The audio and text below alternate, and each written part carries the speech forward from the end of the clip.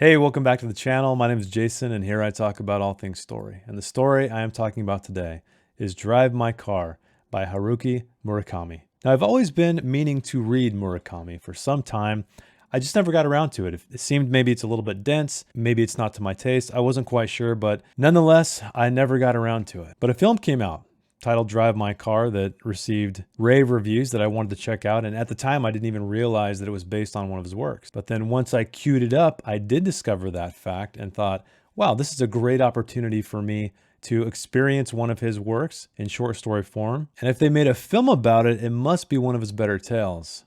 Well, let's talk about that. I titled this video Lost in Translation for a good reason. Now, I think it's amazing that we get to enjoy many books by authors who do not speak in our native language, whatever it may be. And we know there's countless translations, especially of some of the bigger writers, some better than others, clearly. That's why I'm making this video. And in fact, I was really excited to read The Third Body Problem, being a massive science fiction fan. And considering all of the praise it received, I was excited to dive in. So I picked it up. I was reading through it, and not 10 pages in, something felt off. There were words on a page. They were describing things. There was dialogue. There were people telling each other things, but something was missing. There was no music. There was no soul. There was no depth. There was no color to the writing. There was no, what I like to call the cinematography of writing. And so unfortunately, I had to shelve that book. I had to put it away. I couldn't finish it because I just couldn't get myself into the story. However, a novel I did love that was translated to English, which I did not realize until I was well into the book, is Tender is the Flesh by Agustina Bastarrica. There's a review on my channel, so if you'd like to check out my thorough feelings on that book, I'll put a link up in the video here. But that one was amazing. It had the music, it had the depth, it had the soul I was looking for that I always look for in writing, honestly. And arguably, Spanish is a very close language to English, so I can understand that there were less hurdles to go through. While translating the book, and Chinese is a very different language than English, so I can understand the difficulty there. And obviously, Murakami is Japanese. He does speak English to a decent degree, or what I've read anyway, but he has other people translate his works because, you know, there's just something about a native speaker that you're not going to grasp unless maybe you've been studying the language for decades and decades. There's just nuances there that are really important, and I think particularly in fiction. And inevitably, I'm probably going to bring up the film a little bit because I think that's worth discussing, just the differences there. And if you haven't seen the film, or if you haven't read the short story, or vice versa, and you're curious about those two, I'll probably talk about that some. But anyway, let us not start on a sour note. Let us begin with the things I did like about this. And it's the concept, it's the setup of this story. I really enjoyed it. In short, it's about a man who has lost his wife, only to find out that she's been cheating on him. She's been sleeping around. But he finds comfort when he's forced to hire a woman to drive him around because of his vision problem. And also he finds a way to cope with his wife's death by talking to the very man she slept with. Cool concept, right? Very interesting. Clearly there's a dilemma there. An opportunity to become a better person in the process, I think, grow as a person. And I believe that's achieved here. Definitely on the page. If you strip down the story for what it is, that does happen. However, what is lacking is the way it is told, the way it is translated. Now, I don't know who to blame here. I don't know if I should blame the translator. I don't know if I need to blame Murakami because his intentions were translated in such a way that he was pleased with the result. I'm not sure if I blame the publisher for choosing the translator. Who knows? Regardless, but that is the problem because I believe it is an incredibly important thing about writing, and that is the words themselves, the way they're arranged on a page, and not just what they're saying, but how they're saying it. Not just dialogue and description, but how the dialogue is written. What's the subtext behind it, as well as the narrative description, as well as how the words just flow on the page. These are all very important things to me. If you didn't know, I write myself, and I'm constantly thinking about this stuff. And the tragedy here, I think, is that there is a great skeleton of a story here, right? There's all these elements. There's an interesting setup. There's interesting dilemmas, interesting conflicts. But because of the way it was written or translated, it falls extremely short for me. And I think the best way to demonstrate this is to read some selections, some highlights that I created along the way to help better articulate what I mean here anyway. But I'm not stopping with Murakami here, if that's what you were thinking. I'm not here to bash on him or the translator or the publisher, because if anything, this has piqued my interest in his work. I'm curious again. I would like to delve into another work. And in fact, I've been recommended After Dark on my Discord. Oh yeah, I have a Discord. Join the Discord. It's completely free. We talk about stories. We talk about movies. Anything story related there. So After Dark, yeah, that was the recommendation. So I'm going to delve into that probably pretty soon because I've been told that there was nothing strange about the way it was written. But before I delve into the writing itself, let me know, what is your favorite Murakami novel? I would love to hear it. I've read different top 10 lists on the internet, and they vary quite a bit. So why don't you let me know in the comments below, and also let me know why. All right, well, I'm gonna throw some quotes up here. This is going to be pretty jump cutty because there's a lot to go through, but I will try to keep it as short as possible and omit the ones that I don't feel are quite as bothersome. So let's start off with something mild here, right? And maybe I'm being a little bit overly picky here, but this is when our protagonist is introduced to the driver or about to be introduced to his driver. And Oba, the man describing her, says, "You'll see for herself when you meet her, but she's not what you'd call cute either. Almost never smiles, and she's a bit homely, to be honest." Now that's good writing. I feel like that feels conversational and has a great flow to it. But then our protagonist follows up with, "That's not a problem. I'd feel uncomfortable if she were too pretty, and there could be nasty rumors." Not so bad, but you can see how it's feeling a little off, at least from a native English speaker. And we're going to take this little by little. We're going to delve into another large problem with the writing here, and the dialogue essentially is exactly what it says. And I know that sounds weird, but honestly, in storytelling, we're taught to make dialogue not necessarily be exactly what the character means. You have to read between the lines a little bit. Now, I'm not saying that communication should be obtuse or confusing or anything like that, but there should always be an air of subtext, specifically when talking about very important things. And here our protagonist has a very interesting name, as noted by his driver, Mr. Kafuku. But rather than dancing around the subject, he tells her exactly what it means and then closes any kind of loop that could be had. "Mr. Kafuku," Misaki asks, "is it all right to call you that? It's not a stage name?" "It's an unusual name, but it's really mine," Kafuku said. "The kanji mean house of good fortune. Sounds auspicious, but there hasn't been any payoff as far as I can see. None of my relatives are what you call wealthy." Now that's, again, not terrible, but I think it's a missed opportunity where you wouldn't necessarily need to divulge all that information right away, right? You can pepper that out. That's a good opportunity for some payoff toward the end, especially because of a situation. And there's a lot of interesting expository dumps in this too. So this is all from the perspective of Kafuku. But here we see him describing himself. "Kafuku was what was generally known as a character actor, hired to play supporting roles that were quirky in some way or other. He had a long and narrow face and had begun to grow bald while he was still quite young. Not the leading man type. His beautiful wife, on the other hand, was a real leading lady, and her roles and income reflected that status." Kafuku adored his wife. He had fallen deeply in love with her when they first met. He was 29, and this feeling had remained unchanged until the day she died. He had been 49 then. He hadn't slept with another woman in all their years of marriage. The urge had never arisen, although he had received his fair share of opportunities. His wife, however, slept with other men on occasion. As far as he knew, there had been 4 such affairs. In other words, there were 4 men who had shared her bed for periods of time. Tell me this, why would you not have that be an interesting dialogue session? We have this great setup of a man in a car with a woman, and they're both awkward in their own way. And you could argue that's the point of this entire thing. They feel like robots, honestly. They never feel human, and it's because of the way they speak. So why wouldn't this be a conversation, you ask? I have no idea. I think there's one thing I can agree that was done to interesting effect, and that's when he's talking about his dead daughter and the past with his wife. It's all exposition. It's very tedious exposition, but you could argue he's trying to distance himself from those events. I don't know if that was the intention, and like I said, it was very difficult to read. There were plenty of times where I was considering quitting this thing, and it's only about 45 minutes of reading time because I was just getting so fed up. And then on the flip side, you have him relaying all of the information of his friendship with the man who slept with his wife in real time, in real scenes. And so the differences there in execution could be argued as done for effect, but I'm not quite sure. And honestly, if I were to describe a character's past life with exposition, I would make it very, very short, right? Meaning that he really wants to distance himself from it. He doesn't want to tell every detail about it to us or reflect on it on his own. And here's a brief aside about the death of his daughter. As one would expect, the sudden death of their child wounded Kafuku and his wife,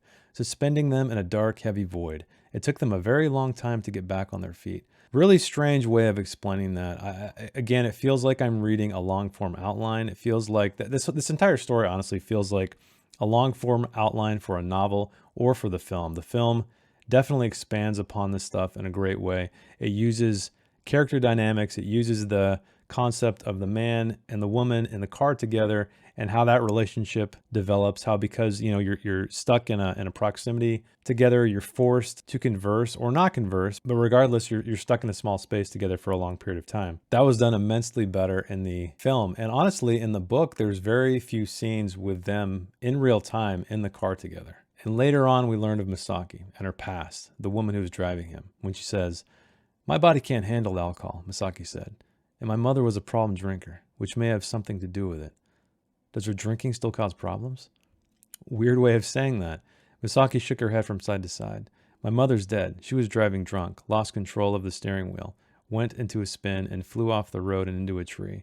She died almost instantly. I was 17. Could be used for interesting effect, right? She's rattling all this stuff off as information, right? That she doesn't really care so much. She's summing up this tragic event in her life in very few sentences. So I can, to a degree, appreciate that. And maybe this is part of her character, but the reason why I would disagree with that is Kafuku is very similar. They have a very similar exchange. They feel like the same person. They feel like two robots. And again, maybe that was for effect. I kind of don't think so, though, because his discussions with the man who slept with his woman at the bar later in the story feel very wooden, just the same, exactly like that. And Misaki continues, I was their only child. If I'd been prettier, father would never have left.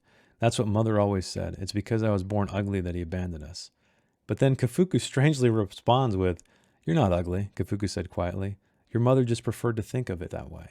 Just, again, a really weird way of phrasing that. And here's a very missed opportunity where, Kafuku, he's an actor, right? So he's talking about that he obviously pretends to be someone else for a living. But rather than having an interesting exchange, maybe something he learns about himself because he is an actor, he just puts it all on the page for us in this conversation. When he says, It wasn't that easy, Kafuku said. It made me think things I would prefer to have ignored, remember things I would rather have forgotten. But I was acting. That was my profession, after all. Becoming somebody different? Misaki said. That's right. And then going back to who you are? That's right, Kafuku said. Whether you want to or not, but the place you return to is always slightly different from the place you left. That's the rule. It can never be exactly the same. Strange stuff, a little bit too plain for me. People don't really talk like that. And later on, here's an example of an exchange between Takatsuki and Kafuku, right? They're talking about his dead wife, and he says this weird thing that to me sounds like I would find it in a self-help book. Look, I don't read fiction for self-help. And if I would, I wouldn't want it to be written explicitly on the page, right? You want to feel it at the end. You don't want to just read it. So he says, and this is funny, this was highlighted by a ton of Kindle readers, meaning they found some profound meaning in it. So in the end, maybe that's the challenge, to look inside your own heart as perceptively and seriously as you can, and to make peace with what you find there. If we hope to truly see another person, we have to start by looking within ourselves. I mean, that sounds like something you read on a greeting card, right? It doesn't sound like something anyone would ever say in a million years to another human. And this goes back to what I was talking about of how, like, you don't want to say that stuff, right? You want to imply it. You don't want to literally say it. That is the power of fiction, right? It's the power of film even, where you don't need to say exactly what you mean. You can show it and you can imply it. And then the viewer or the reader are the ones who decipher that puzzle if you've done it well. And it's so much more rewarding when that happens. And here's an interesting moment. He's shaking hands with this man, the man who slept with his wife, his dead wife. And he notes this man's hand. He's like, I touched this hand. This is the hand that touched my wife, that caressed her. But how does he respond to it? This is internally, of course. This is not dialogue. Yet on this day, that thought did not suffocate him. Instead, his reaction was, yes, such things do happen. They do happen. After all, it's just a matter of flesh and blood. No more than a pile of bones and ash in the end, right? There has to be something more important than that.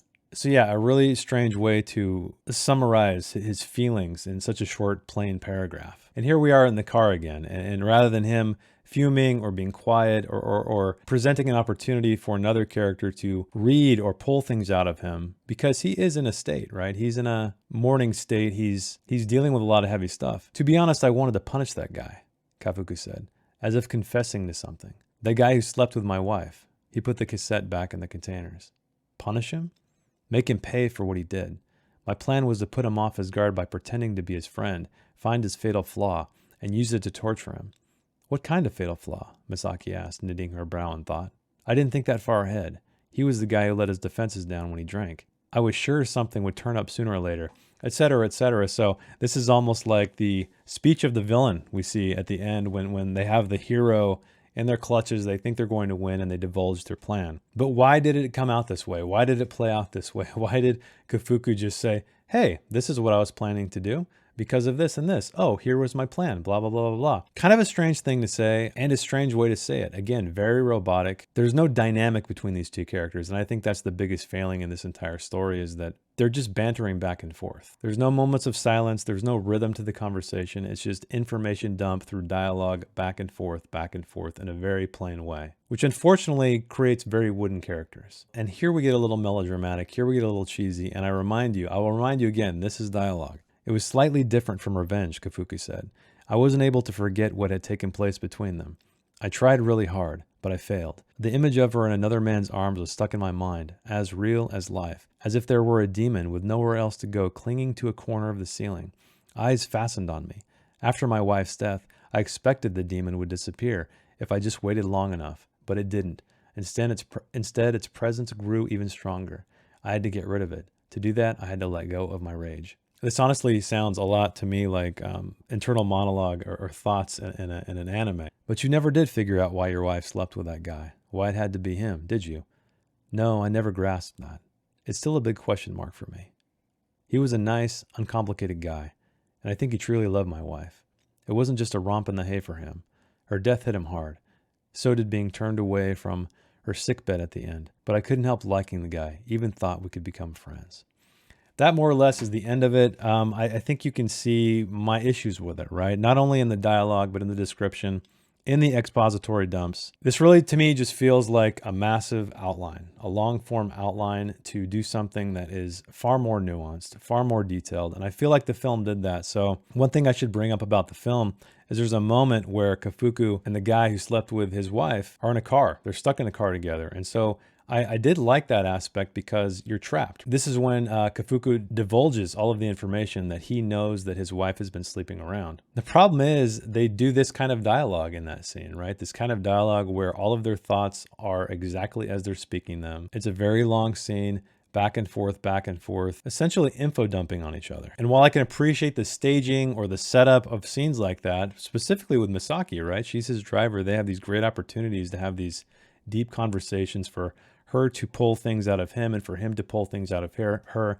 But unfortunately, it's all surface level. It's all robotic wooden dialogue. And the film is a little bit better. So if you are curious about this tale, I feel like you should check out the movie. Ironically enough, the film is longer. It will take more of your time to complete.